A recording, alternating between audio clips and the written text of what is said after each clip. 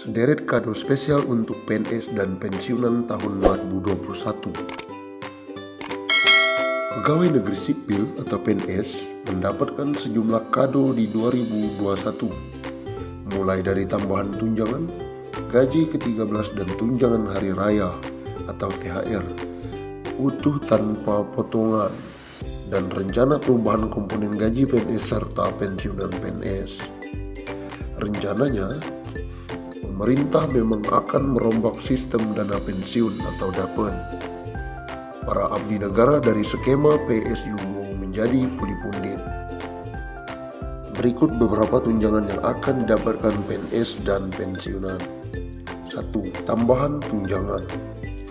Ada 4 jabatan fungsional yang mendapat tambahan tunjangan, yaitu Pembina Teknis Pembendaharaan Negara, Analis Pengelolaan Keuangan APBN, Analis Pembendaharaan Negara, dan Pranata Keuangan APBN.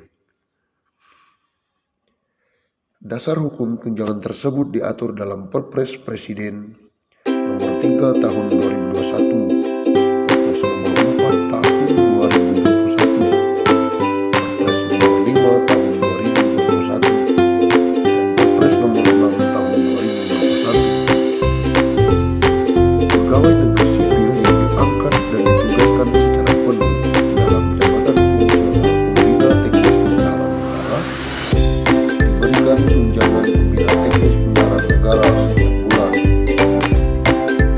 Ada 3 jabatan fungsional dalam Perpres tersebut yang mendapat tunjangan, yakni Pembina Teknis Pembendaharaan Negara Pemulia sebesar Rp960, yang kedua Pembina Teknis Pembendaharaan Negara Mahir sebesar Rp540, yang ketiga Pembina Teknis Pembendaharaan Negara Terampil Rp360.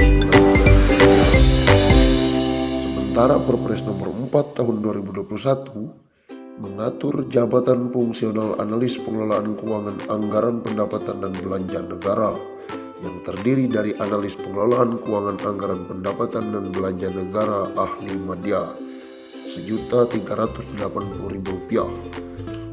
Kemudian Analis Pengelolaan Keuangan Anggaran Pendapatan dan Belanja Negara Ahli Muda Rp1.100.000, dan Analis Pengelolaan Keuangan Anggaran Pendapatan dan Belanja Negara Ahli Pratama Rp540.000.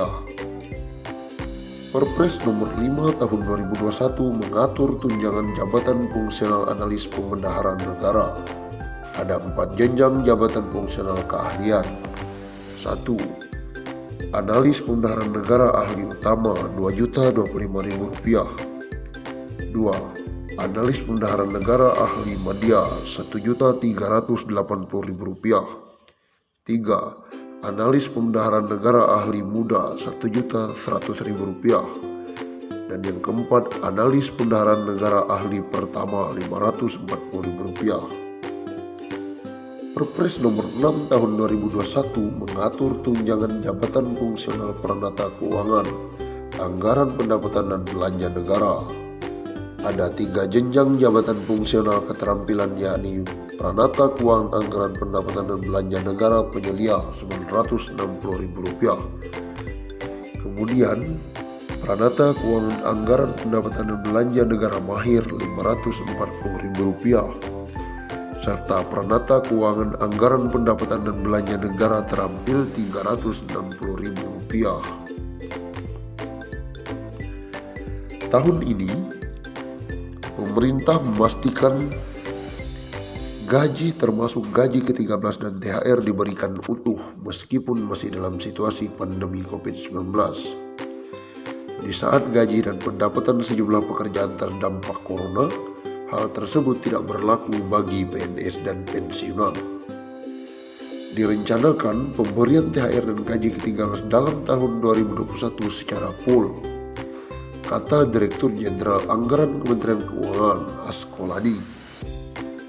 Menurutnya, anggaran untuk THR dan gaji ke-13 sudah dimasukkan dalam Anggaran Pendapatan dan Belanja Negara atau APBN 2021. Oleh karenanya, ini diharapkan bisa membantu para PNS untuk tetap melakukan belanja.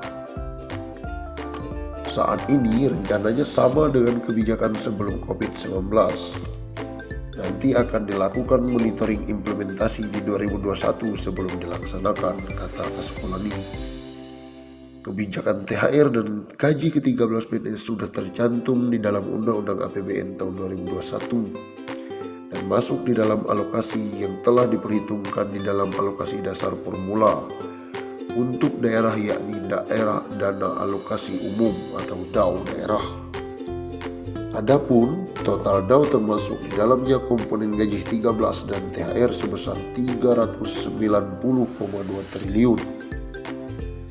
DAU sebagaimana dimaksud pada ayat 12 telah memperhitungkan formasi calon pegawai negeri sipil daerah, pegawai pemerintah dengan perjanjian kerja, gaji ke-13 dan tunjangan hari raya. Sama seperti pemberian gaji, maka pemberian THR dan gaji ke-13 diberikan kepada PNS aktif hingga pensiunan. Anggaran setiap tahun pun selalu disiapkan. Berikut 13 kategori penerima yang akan menerima gaji ke-13 dan THR secara penuh. 1. PNS. 2. Prajurit TNI. 3. Anggota Polri. 4. PNS, prajurit TNI, dan anggota Polri yang ditempatkan atau ditugaskan di perwakilan Republik Indonesia di luar negeri. 5. PNS, prajurit TNI, dan anggota Polri yang ditugaskan di luar instansi pemerintah, baik di dalam maupun di luar negeri yang gajinya dibayar oleh instansi induknya. 6. PNS, prajurit TNI, dan anggota Polri penerima uang tunggu. 7. Penerima gaji terusan dari PNS, prajurit TNI, atau anggota Polri yang meninggal dunia, tewas, atau gugur. 8.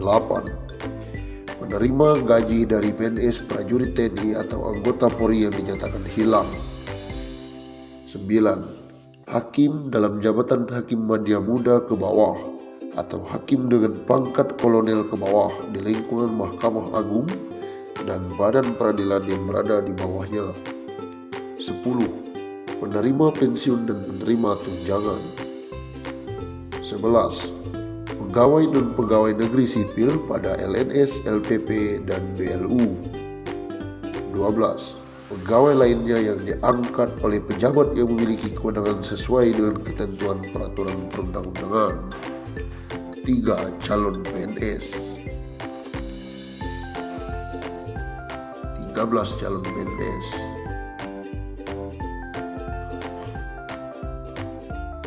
Pemerintah pun berencana merombak komponen gaji.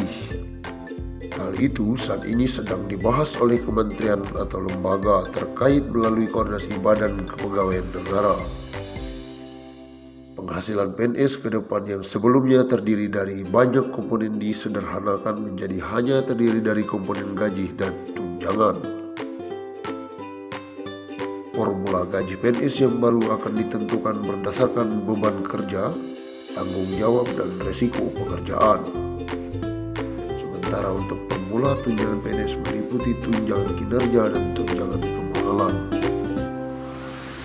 Kemudian, rumusan tunjangan kinerja didasarkan pada capaian kerja masing-masing PNS.